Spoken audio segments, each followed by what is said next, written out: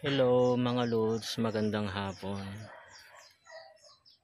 Ayun, so ito na po, natapos na po natin itong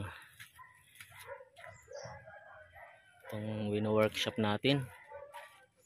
Bali, ikatlong araw na ito kasi nga panay ang ulan dito kaya hindi po natin natatapos.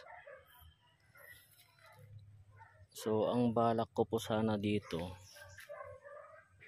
kasi may tatlong apex po siya, para dito, dito, pa dito. Ang gusto ko sana mangyari, aalisin ko sana ito mga lods. Puputulin ko dito, tapos aalisin ko tong taas. Bale dito na lang tayo mag-i-apex para makikita itong pinaka-shari niya, para kitang kita siya. Ano sa palagay nyo mga lods? Parang mas maganda siyang tignan kung aalisin dito itong pinakataas. Maganda rin siyang tignan, pero para sa akin maaalis sana tong taas, tapos ito yung magiging apex niya. May ulo siya dito, drop, tapos meron din siyang apex dito, tapos drop. Tsaka ito mga lods, parang gusto ko ring alisin,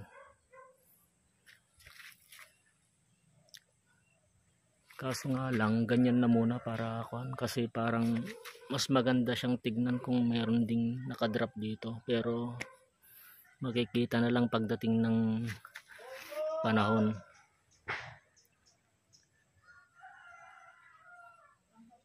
Kasi nahuli na to eh. Bali green up ko lang ito nung isang taon lang. Bali nahuli na siya. Pero okay lang naman kung pahahabulin natin.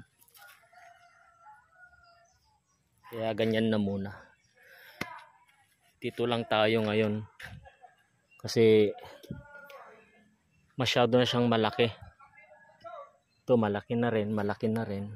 Magkakapareho na sila. Ang problema nga lang, dito siya, itong pinaka kanya, mas malaki na, mas mataba na siya kaysa dito sa nakadrop.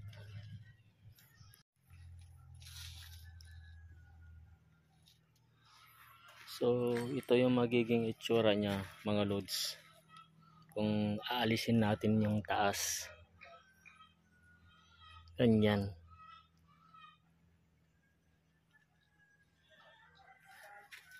Yung itsura niya.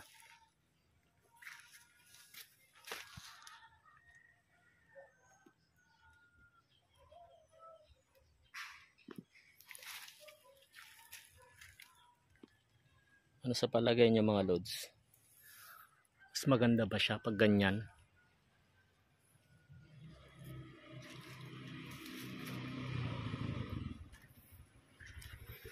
Para litaw lang po itong shari niya. Kung meron kasi yung ulo niya dito, yung apex niya, matatabunan na to pag nagkaroon na siya ng maraming dahon. Kaya dito na lang sana yung pinaka apex niya. Dito na lang. Yan. Isang apex ulit, tapos pababa. Pwede ring nating i-drop pa ito. Pwedeng itaas dito, tapos ibaba pa dito para mas magandang tignan. Siguro magbabawas tayo dito. Magbabawas pa tayo dito. Para dito papatong na yung pinakapaso niya dito, yung pinakapat niya dito papatong.